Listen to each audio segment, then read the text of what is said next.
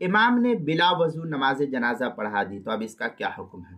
چنانچہ اگر کسی میت پر نماز جنازہ پڑھی گئی، اس کے بعد پتہ چلا کہ جس امام نے نماز جنازہ پڑھائی اس کا وضو نہیں تھا، اس نے بھول سے بنا وضو کے نماز جنازہ پڑھا دی، تو اس میت پر دوبارہ سے نماز جنازہ پڑھی جائے گی۔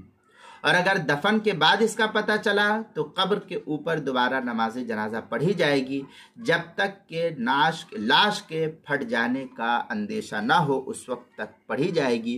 اور یہ لاش کا پھٹنا یہ علاقے کی مختلف نوعیت کے اعتبار سے ہوتا ہے، جہاں جو صورتحال ہو وہاں دیکھ کر کے، کیونکہ سردی اور گرمی کا فرق ہوتا ہے اس لیے، اور زمین کا بھی فرق ہوتا ہے اس لیے وہاں کی نوعیت کو دیکھ کر کے اس کے اوپر نماز جنازہ ادا کی جائے گی۔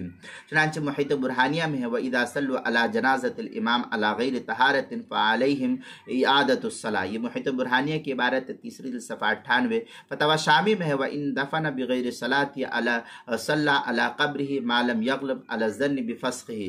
یہ فتاوی شامی کی عبارت ہے جو زکریا بگٹی دیوبند کا ہندی نسخہ، اس کی تیسری جلد صفحہ 125، کتاب المسائل اس کی دوسری جلد صفحہ 93 پر اس کو نقل کیا گیا ہے۔